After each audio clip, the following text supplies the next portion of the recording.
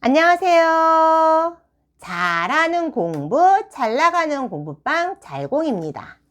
자, 오늘의 주제는 나 이럴 때 공부방 딱 때려치고 싶다입니다.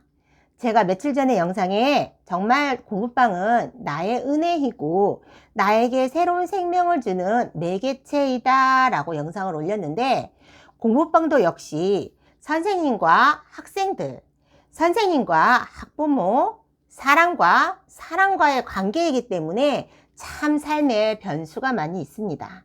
자, 어떤 변수가 있었냐면요. 저희 학원에는 문법 문제를 풀 때 채점을 선생님이 해주지 않아요. 그리고 채점을 아이가 하지도 않아요.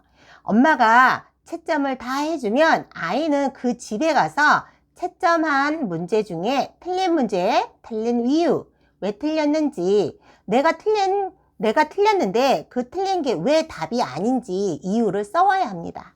그럼 그 틀린 문제를 공부방에 와서 저한테 설명을 해줘야 돼요.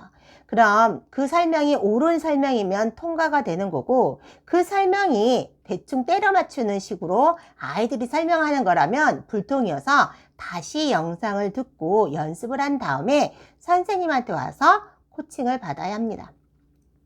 자, 그런데 이 아이 하나가 계속 채점을 해오는데 엄마 사인이 없는 거예요. 저희는 항상 엄마가 채점을 해주고 나면 항상 맨 마지막 페이지에 제 사인도 있어야 되고 엄마 사인도 있어야 되는데, 이 아이는 계속 채점을 해오기는 하는데 엄마 사인이 없더라고요. 그래서 누가 채점했어? 라고 물어보면 엄마가요, 이렇게 얘기를 해요. 그래, 그런데 왜 사인이 안 돼 있지? 라고 물으면 엄마가 너무 바쁘셔서 깜빡 잊어버렸나 봐요. 다음엔 제가 해올게요, 라고 이렇게 얘기해요. 그런데 이런 경우가 굉장히 반복적인 거죠, 수시로. 하루는 너무 이상한 거예요. 그래서 제가 이 아이를 좀 지켜봐야겠다라는 생각이 들고, 제가 이렇게 수업을 하면서 아이를 지켜봤더니 아이가 숙제를 안 해왔던 모양이에요. 숙제를 안 해오고 학원에서 숙제를 이렇게 하고 있더라고요. 숙제를 다 하고 있으면 당연히 채점이 안 되어야지 당연한 건데, 저한테 채점한 문제집을 내미는 거예요. 선생님 다 했어요, 검사해 주세요.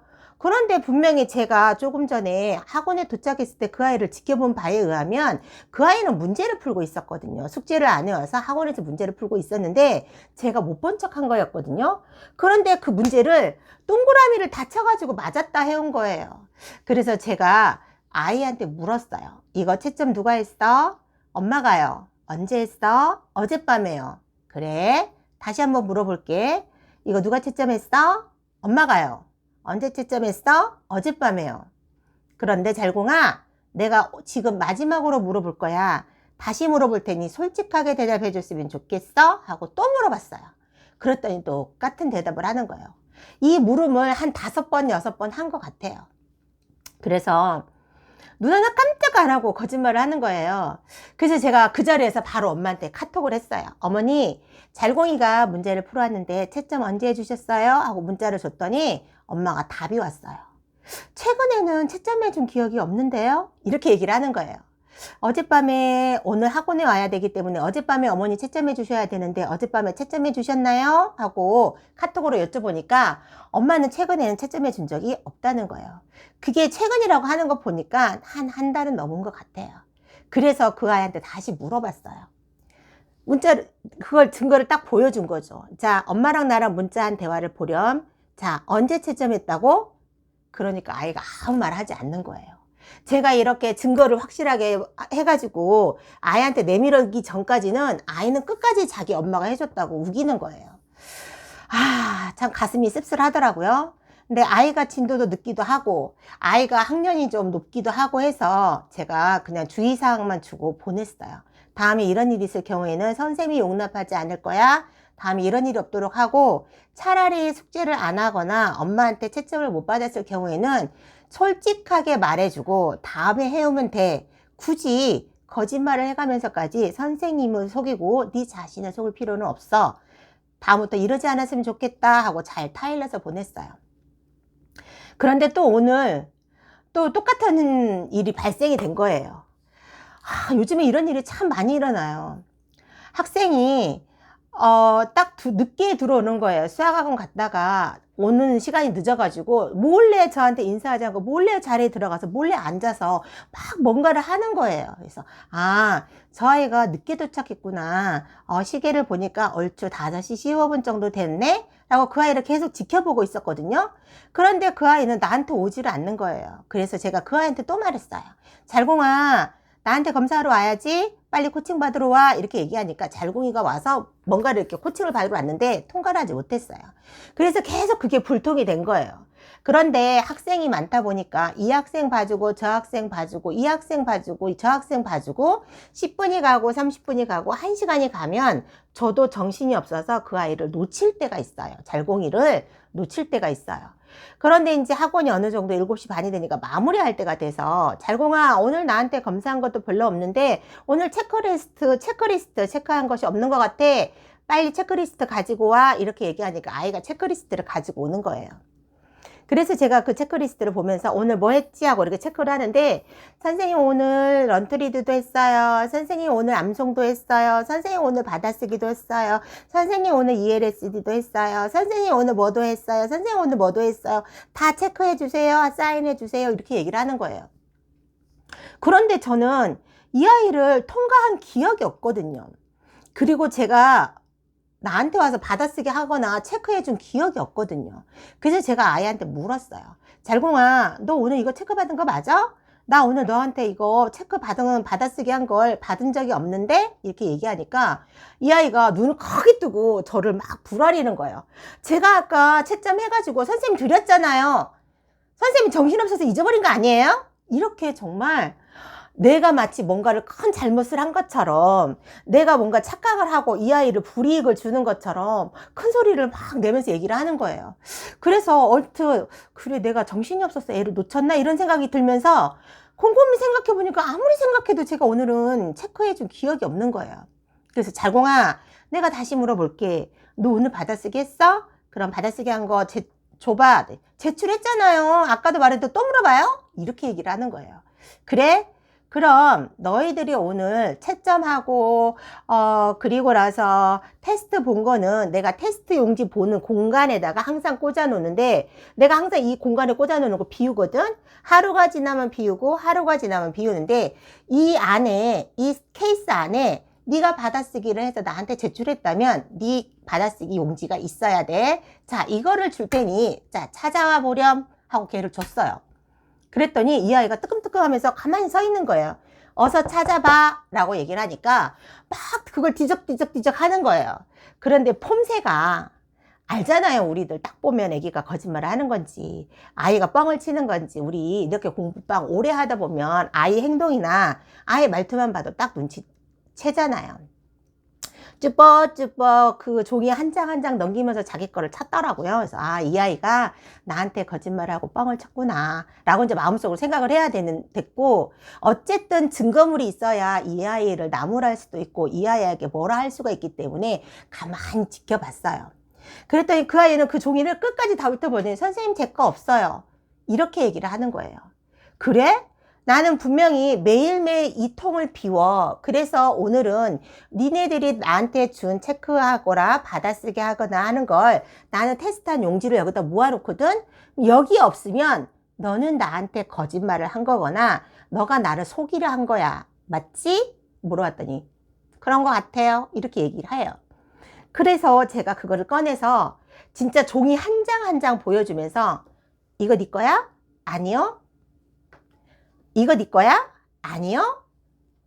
그럼 이거 네 거야? 아니요. 그래서 체크리스트 한 종이를 다 한 장씩 넘기면서 이거 네 거야? 라고 물어본 거예요. 끝까지 이 친구는 아니라고 대답했어요. 다 넘기고 나니까 아무것도 남아있지 않는 거예요.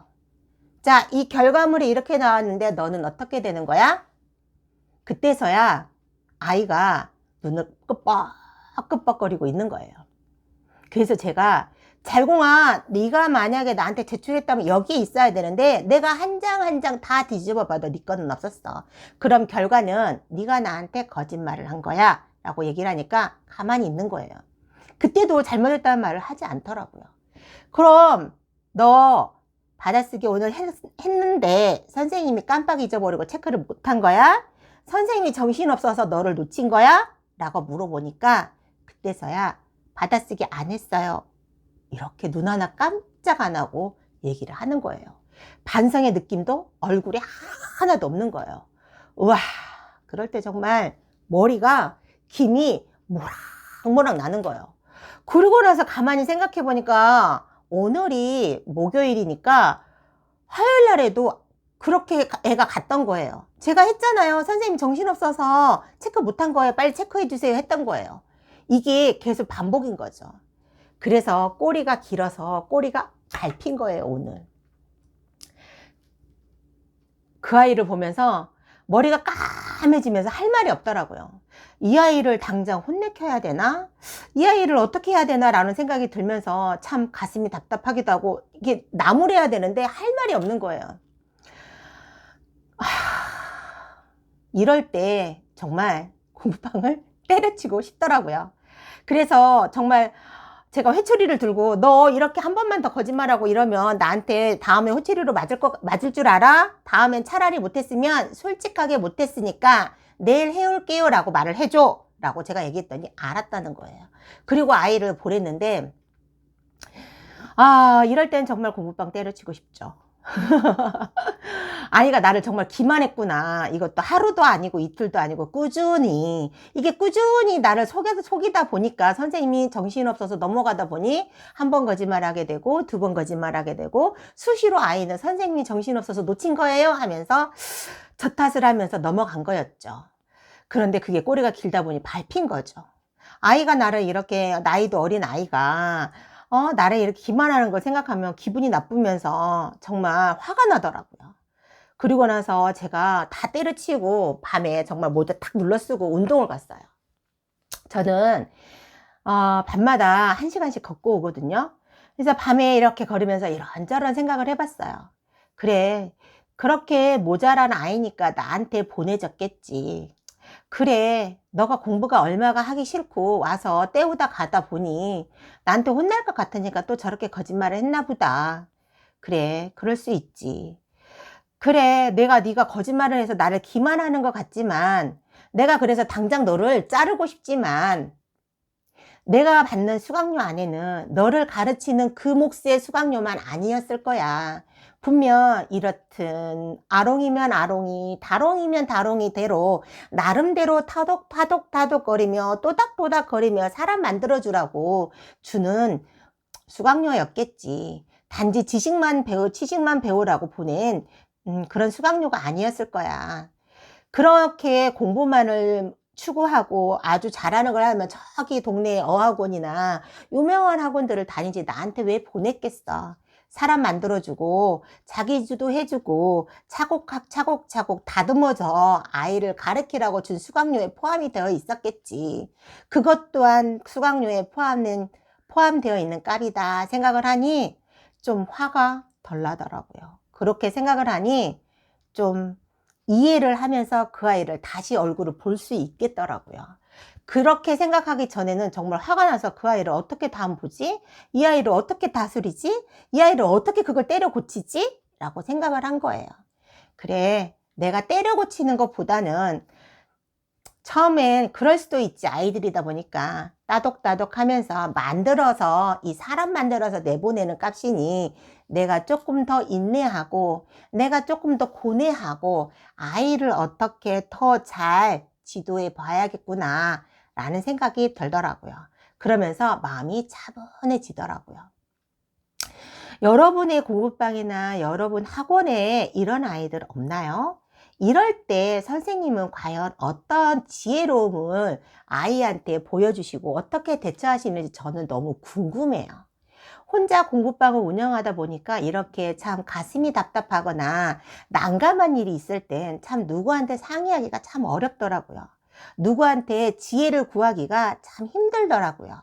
그래서 저는 이런 유튜브를 통해서 여러분들과 대화를 하고 여러분들이 남겨주는 댓글을 보면서 서로 지혜롭게 삶을 운영하면서 공부방을 운영해 보고 싶어요. 여러분의 이런 경우에 어떻게 하실 건지 댓글 한번 달아봐 주실래요? 그래서 우리 서로 잘 되는, 서로 잘 나가는, 함께 잘 나가는 공부방 교습소 1인 학원 운영해 보는 건 어떨까요? 여러분, 저와 함께 공부방을 운영하고 생활하면서 어려움을 함께 극복하고 지혜를 나누실 분은 구독, 좋아요 꼭 눌러주시고 함께 댓글로 서로 공유하면서 함께 해봅시다. 자, 오늘 또 열심히, 오늘 또 최선을 다하는 당신께 저는 응원의 메시지를 보냅니다. 화이팅! 오늘도 고생하셨습니다. 잘 나가는 공부방, 잘하는 공부, 잘공이었습니다. 감사합니다.